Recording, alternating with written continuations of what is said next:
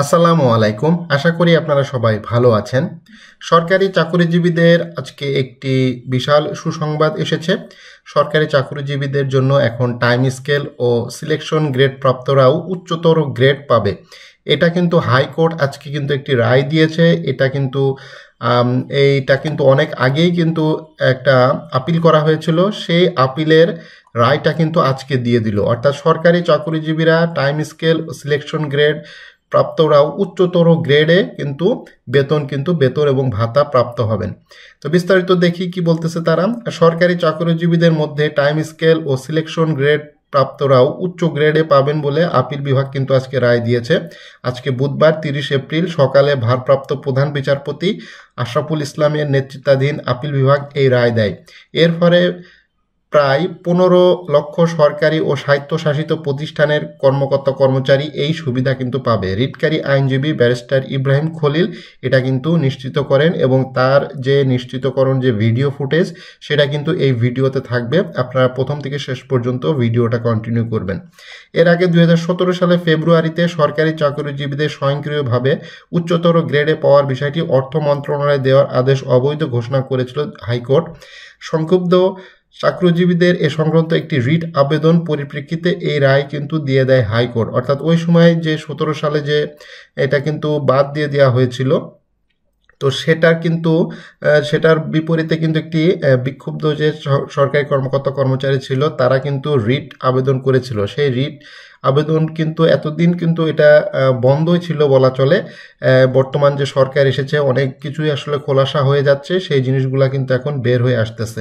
তো 2017 সালে 21 সেপ্টেম্বর এক পরিপত্রে অর্থ মন্ত্রণালয় জানায় একই পদে কর্মরত কোনো সরকারি কর্মচারী 2 বা তার বেশি টাইম স্কেল বা সিলেকশন গ্রেড পেয়ে থাকলে নতুন পে স্কেল অনুযায়ী তিনি উচ্চতর গ্রেড পাবেন না। তবে ইতিমধ্যে একটি মাত্র টাইম স্কেল অথবা সিলেকশন গ্রেড পেলে নতুন স্কেলে শুধুমাত্র উচ্চতর গ্রেড পাবেন।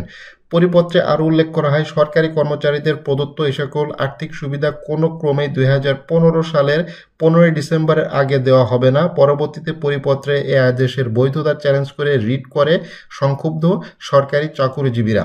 সরকারি চাকুরির নিচের স্তরের কর্মচারীদের পদোন্নতির সুযোগ সীমিত, এটা আপনারা সকলেই জানেন। 11 থেকে 20 গ্রেডের যে সকল কর্মচারী আছে তাদের কিন্তু কোনো পদোন্নতি হয় না। খুব কম সংখ্যক গ্রেড আছে, কয়েকটি গ্রেড আছে যাদের পদোন্নতি কিছু পদোন্নতি হচ্ছে, বাট 100% কিন্তু কোনো পদোন্নতি নাই। এসব পদোন্নতি বঞ্চিত আর্থিক সুবিধা নিশ্চিত করতে বর্তমান সরকার বহুল আলোচিত টাইম স্কেল ও সিলেকশন গ্রেডের পুরানো প্রথা বাতিল করে একই সঙ্গে স্বয়ংক্রিয়ভাবে উচ্চতর গ্রেড প্রথা প্রবর্তন করে। নতুন স্কেল অনুযায়ী কোনো কর্মচারী একই পদে 10 বছর চাকরি করার পর পদোন্নতি না পেয়ে স্বয়ংক্রিয়ভাবে 2টি উচ্চতর গ্রেড পাবেন। এর মধ্যে একটি পাবেন সরকারি চাকুরিতে যখন আপনার 10 বছর হয়ে যাবে, অর্থাৎ 11তম বছরে একটি গ্রেড পাবেন। অপরটি পাবেন 16তম বছরে, অর্থাৎ 16 বছর চাকরি হয়ে গেছে, 17তম বছরে যখন আপনি পদার্পণ করবেন তখন একটি উচ্চতর গ্রেড পাবেন। তো এখানে অর্থ মন্ত্রণালয়ের সূত্র জানা গেছে মূল পে স্কেল এ বিধান হলেও এই সুবিধা কিভাবে দেওয়া হবে সে বিষয়ে কোনো দিক নির্দেশনা ছিল না। এই পরিপ্রেক্ষিতে মূল পে স্কেলের উল্লেখিত নিয়ম কার্যকর করতে স্পষ্ট করে ব্যাখ্যা দিয়ে একটি পরিপত্র জারি করে অর্থ মন্ত্রণালয়। মূল পে স্কেল কার্যকর হওয়ার 3 মাস পর গত বছরের সেপ্টেম্বরে এটি জারি করা হয়।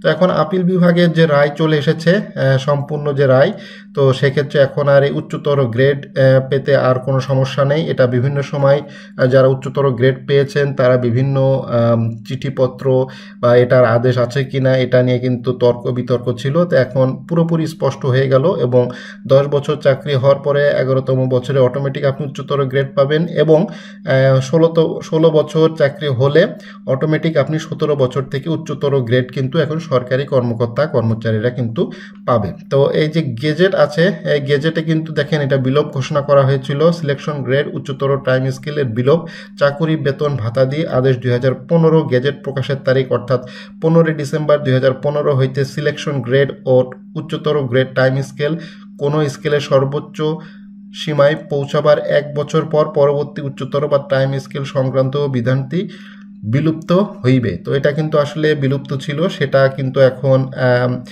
আপিল বিভাগ রায় দিয়ে দিয়েছে। সেই আপিল বিভাগের যে রায় দেয়া হলো, সেই রায়ে যে এই রিট করেছিল যে ব্যারিস্টার ইব্রাহিম খলিল, তার যে বক্তব্য, সেই বক্তব্যটা কিন্তু এখন আপনারা শুনতেছেন। 2009 সাল পর্যন্ত যতগুলো ন্যাশনাল পে স্কেল ডিক্লেয়ার করা হয়েছিল সবগুলো ন্যাশনাল পে স্কেলে টাইম স্কেল এবং সিলেকশন গ্রেডের একটা প্রভিশন ছিল।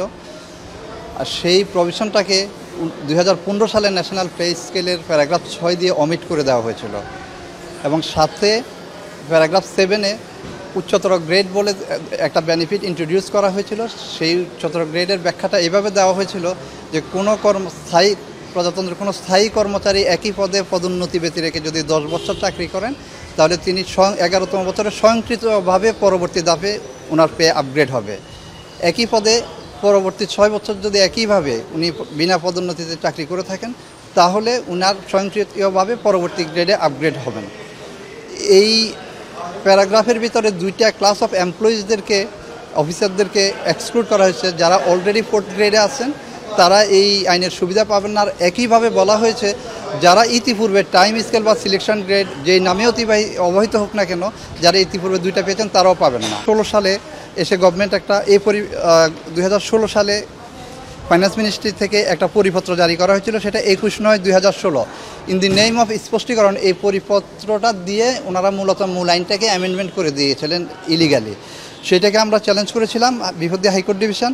আর সেটা চ্যালেঞ্জ করার মূল বিষয়টা ছিল যে এক্সক্লুডটা মূল আইনে করা হয়েছিল, যারা 2টা পেয়েছেন তারা আর পাবেন না, যারা 4th গ্রেডে আছেন তারাও পাবেন না। কিন্তু এখানে এসে বলেছেন যারা ইতিপূর্বে একটা পেয়েছেন টাইম স্কেল বা সিলেকশন গ্রেড যেই নামেও অবহিত হোক না কেন তারা একটা পাবেন, 2টা টাইম স্কেল সিলেকশন গ্রেড পাবেন না। এই পরিপত্রটার বৈধতা চ্যালেঞ্জ করে আমরা হাইকোর্টের কর্মরত বেঞ্চ অফিসারদের পক্ষ থেকে একটা রিট পিটিশন করেছিলাম। সেই রিট পিটিশনে এই পরিপত্রটাকে ইলিগাল ডিক্লেয়ার করেছিলাম। সাবসিকুয়েন্টলি এরই ধারাবাহিকতায় আরও বিভিন্ন ডিপার্টমেন্ট থেকে আরও অনেকগুলো রিট পিটিশন হয়েছিল। সেই সবগুলো রিট পিটিশনে একই রকম রায় প্রদান করছিল। তার বিরুদ্ধে গভর্নমেন্ট অ্যাপিল করেছিল, অ্যাপিলে লিভ গ্র্যান্ট করা হয়েছিল। গতকালকে সেই লিভের শুনানি হয়েছে, শুনানি শেষ করে আজকে জাজমেন্ট হয়েছে। জাজমেন্টে 2016 সালের অর্থ মন্ত্রণালয় কর্তৃক যেই পরিপত্রটা ইস্যু করা হয়েছিল সেই পরিপত্রের গ ধারাটাকে অবৈধ রেখে হাইকোর্টের রায়টা মডিফাই করে দেওয়া হয়েছে, যার ফলশ্রুতিতে এখন আর ইতিপূর্বে যারা একটা মাত্র টাইম স্কেল সিলেকশন গ্রেড যেই নামে অবৈধ হোক না কেন পেয়ে আছে তারা এখন 2টা পাইতে আইনগত আর কোনো বাধা থাকলো না। আর এই সুবিধাটা প্রজাতন্ত্রের এবং অটোনমাস বডিতে কর্মরত যাদের ক্ষেত্রে ন্যাশনাল পে অর্ডার অ্যাপ্লাই করে এইরকম প্রায় 15 লক্ষ লোক এই আইনের আজকের এই রায়ের ফলে তাদের ক্ষেত্রে 2টা উচ্চতর গ্রেড পাওয়ার আইনগত আর কোনো বাধা থাকলো না। সরকারি চাকরিজীবীদের এইটা একটা বিশাল সুখবর। সামনে বাজেট আসতেছে, দেখা যাক সেই বাজেটে কি ধরনের সুযোগ সুবিধা বর্তমান সরকার দিয়ে থাকে, নবম পে স্কেল ঘোষণা এবং মহার্ঘ ভাতার বিষয়ে কোনো দিক নির্দেশনা আসে কিনা সেটাও একটা দেখার বিষয়। তো এই বিষয়টা আসলে নিষ্পত্তি হয়ে গেল। সরকারি চাকরিজীবীদের টাইম স্কেল ও সিলেকশন গ্রেড প্রাপ্তিরাও এখন কিন্তু উচ্চতর গ্রেড পাবে। তো এই বিষয়টা কিন্তু এখন আপিল বিভাগের রায় হয়ে গেছে, এখন এটা আর কোনো সমস্যা নেই। যাদের এই ধরনের সমস্যা আছে তারা অতি দ্রুত অফিসে আবেদন করুন, আপনারা কিন্তু আপনাদের উচ্চতর গ্রেড কিন্তু খুব তাড়াতাড়ি পেয়ে যাবেন। ভিডিওটি ভালো লাগলে অবশ্যই লাইক করবেন, চ্যানেলে যারা নতুন আছেন অবশ্যই চ্যানেলটি সাবস্ক্রাইব করে রাখবেন।